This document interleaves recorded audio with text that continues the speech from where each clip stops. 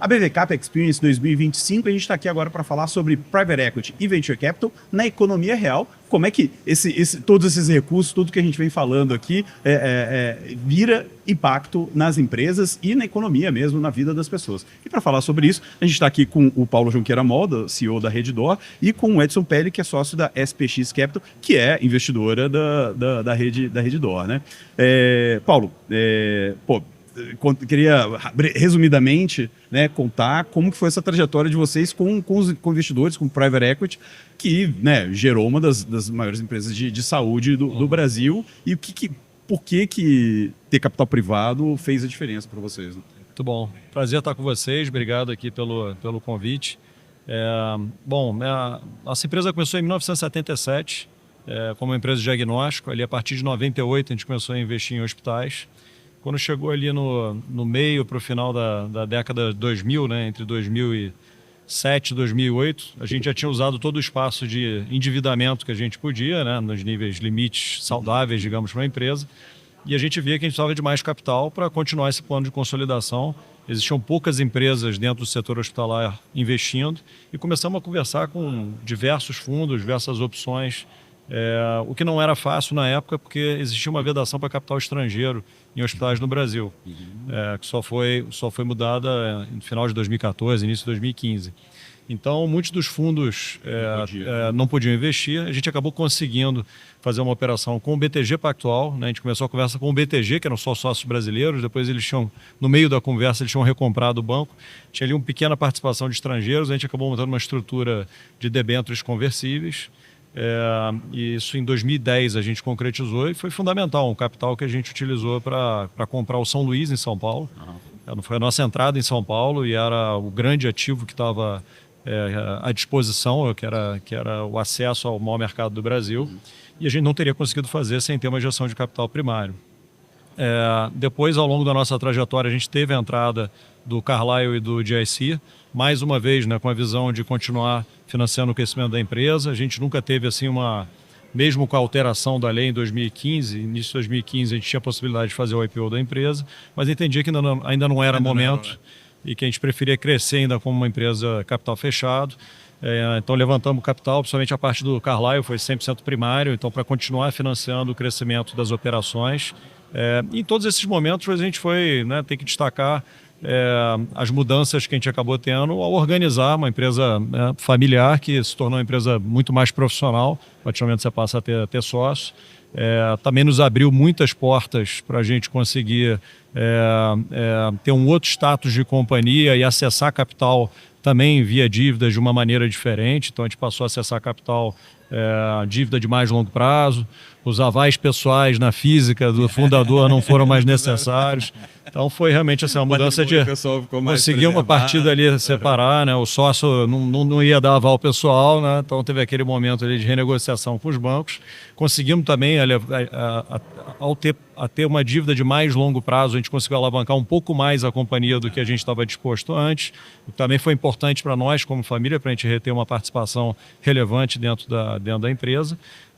E seguimos nesse caminho, quer dizer, foi um caminho gradual de crescimento, profissionalização, até final de 2020, que aí sim a gente ainda considerou levantar capital privado de novo, mas naquele momento as negociações em mercado público eram muito diferentes em termos de múltiplos do que era o privado, e pelo tamanho da empresa começou a ficar difícil também, em termos de discussão de governança e tudo, levantar capital na quantidade que a gente precisava e dentro de acordos que fizessem sentido também para nós como grupo controlador. Então acabou sendo um caminho muito natural. A empresa fez o IPO ali no final de 2020, mas já muito mais preparada, né? Acho que esse é um ponto que eu destacaria, né? Você acha que um IPO precoce, muitas vezes você acaba atrapalhando muitas vezes a gestão da companhia, o foco estratégico. A gente acho que pode fazer isso de uma forma muito natural. O IPO nunca foi um foco, nunca foi assim uma necessidade, e nem isso como uma finalidade. Foi visto ali simplesmente como mais uma maneira de a gente continuar crescendo, financiando o crescimento da companhia, e naquele momento era mais adequado. E o grupo familiar, né? Como você destacou, já contou a história.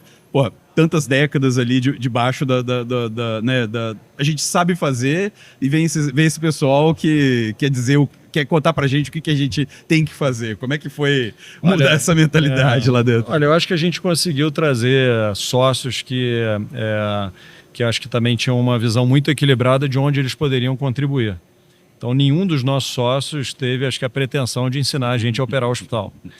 Mas, obviamente, trazendo ideias, criticando, na parte financeira, né, tendo uma atuação mais forte, né, na estratégia de M&A, de aquisições. A Redditor foi uma empresa que cresceu muito através de aquisições. Então, obviamente, muito da sofisticação financeira que a companhia passou a ter, eu acho que veio também desse convívio e até pessoas, né? A gente hoje tem um CFO que trabalhou no Pactual durante alguns anos, tinha tido a carreira dele, o Otávio Lascano, a carreira dele em empresas, mas passou pelo Pactual, acabou desde 2014, 2015 ele virou CFO da Redditor. Então, acho que esse convívio também trouxe essa exposição para a gente, a profissionais que acabaram se juntando à empresa e ajudando a gente nessa trajetória. Boa.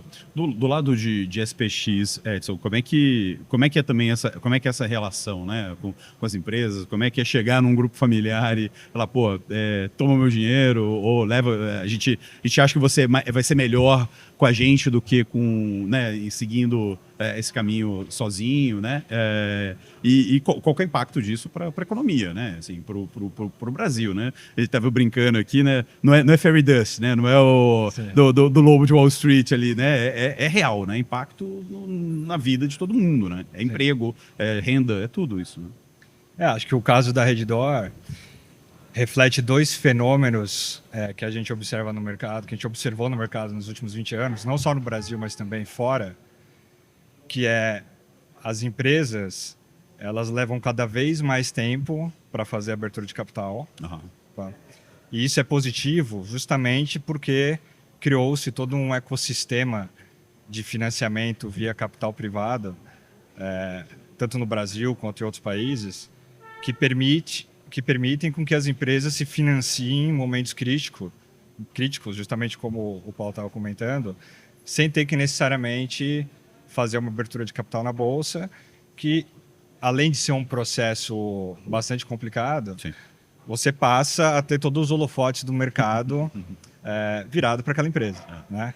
Então, um dos grandes benefícios do financiamento privado é justamente, né, uma família ou um grupo de empreendedores poder continuar tocando o negócio e crescendo o negócio de forma abaixo do radar, né, do mercado e com ajuda, né, dos fundos de investimento, né? Então, um dado interessante que existe hoje, assim, projeta-se que o número de empresas que recebem investimento privado vai ultrapassar o número de empresas listadas num futuro não muito distante. Olha, globalmente ou... Globalmente falando. Globalmente, né?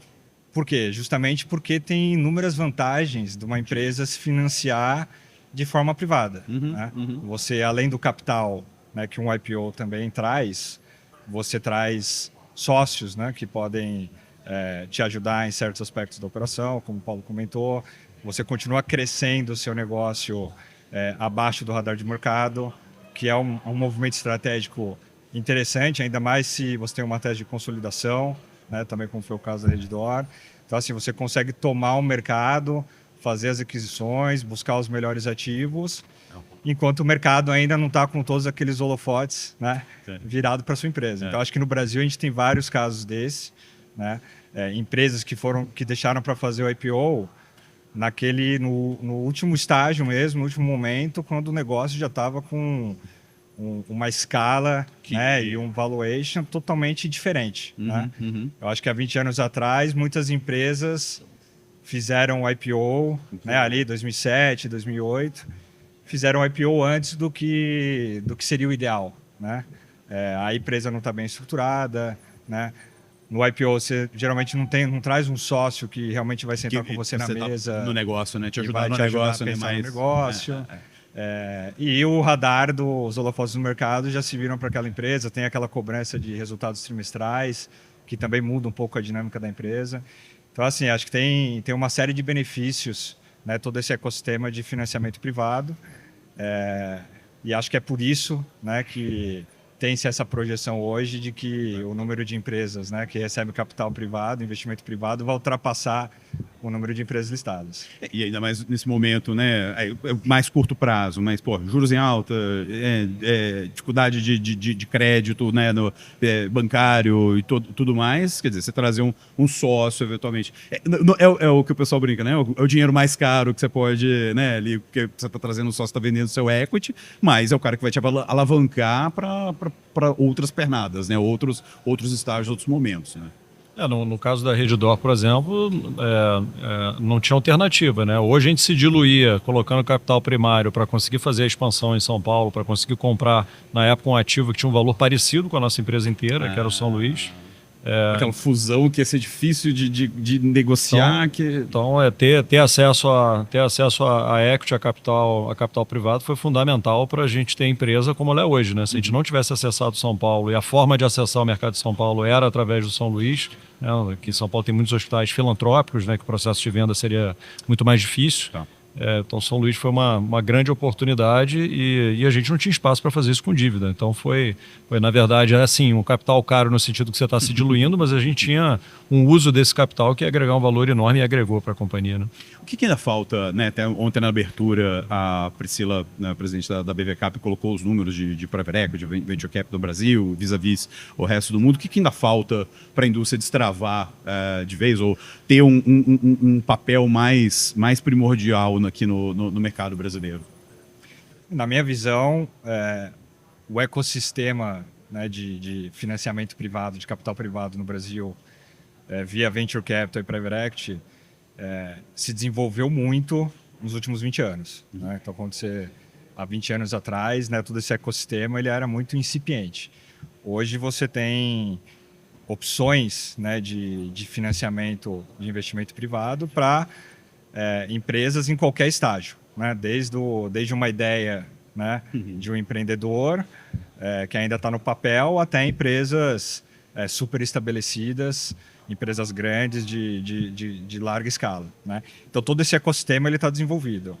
O que falta para destravar isso é essa questão dos juros, né? O Brasil ele tem, infelizmente, ele ainda convive, é uma economia que convive com juros estruturalmente altos, né? Então, toda essa temática, né, do ajuste fiscal para poder ter juros mais baixos. Mais baixos. Né? Eu acho que isso é o que vai destravar. Faça os negócios terem bons números e os retornos dos fundos justificarem também o risco que você toma. Né? Exatamente.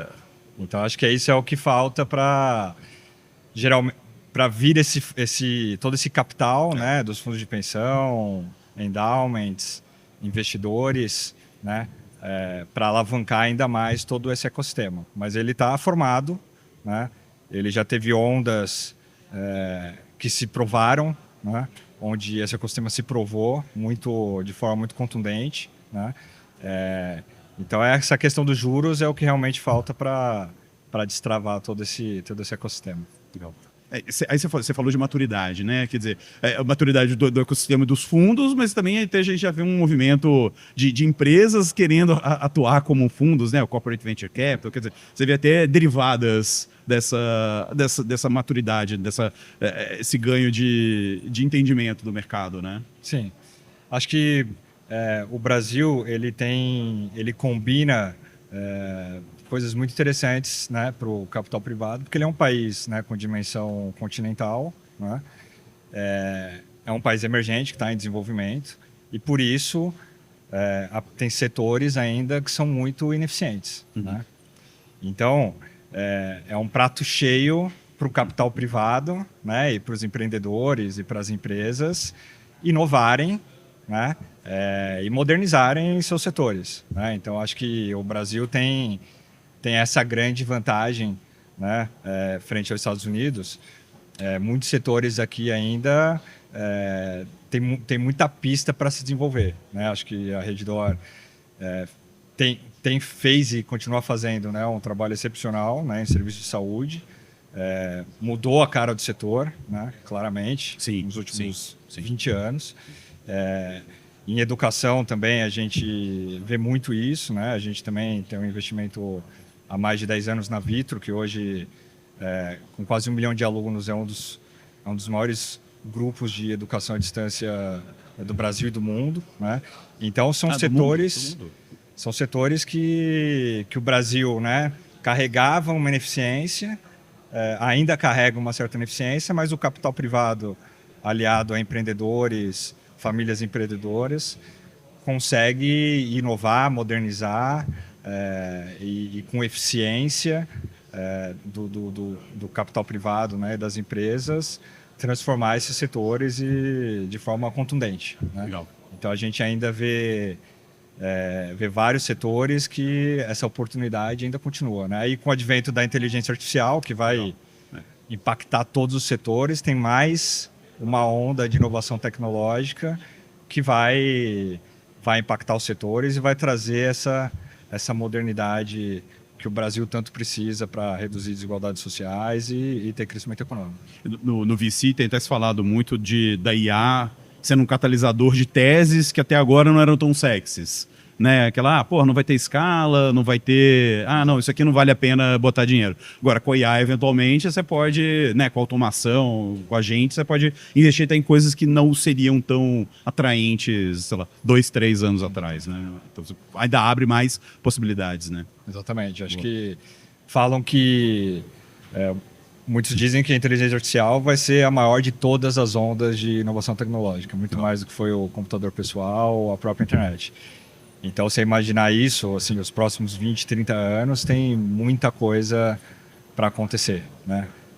Então, isso abre uma janela de oportunidades realmente sem precedentes, né? Tanto para empreendedores quanto para fundos de investimento. Ô Paulo, seu investidor está aqui, mas você recomenda investidores? Então, quem está naquela de, traga um sócio, não trago, recomenda? A gente acaba falando muito da experiência própria, né? No caso, para a gente foi fundamental. Tá. Então, se for uma empresa que não tem pretensão de crescer, que não quer ter um sócio, não quer ter que discutir, dividir nada, pode não ser errado se manter uma empresa. Olha, eu vou crescer, né, vou crescer de acordo aqui com a minha geração de caixa, não quero fazer uma consolidação do setor, não tem uma necessidade maior, pode ser uma opção. Para uma empresa que está buscando acelerar crescimento, né, num processo de consolidação, que não quer esperar você gerar todo o caixa necessário ou já usou o espaço de endividamento, eu acho que obviamente uma ferramenta que é fundamental. Se você olhar os grandes grupos que se consolidaram, via de regra, precisaram levantar equity ao longo do caminho para conseguir capturar todas as oportunidades que o mercado oferecia. Se a gente estivesse esperando a nossa geração de caixa, a gente está com 79 hospitais. Provavelmente a gente estava ainda no 7º, 8º hospital, né? Então a alavancagem operacional foi muito importante, né? E o momento que a gente conseguiu fazer a consolidação do setor, onde tinha muito poucas redes hospitalares crescendo ou copiando essa estratégia. Já nos últimos 5 anos você teve, principalmente depois do nosso IPO, uma série de grupos seguiram, só que o timing de mercado acho que foi muito favorável para a gente, que começou 20 anos antes. Né? Beleza. Bom, obrigado pelo papo para vocês e bom resto de evento. Obrigado, foi um prazer. Valeu. Um abraço. Continua acompanhando então a cobertura do ABV Cap Experience 2025 aqui nos canais da ABV Cap.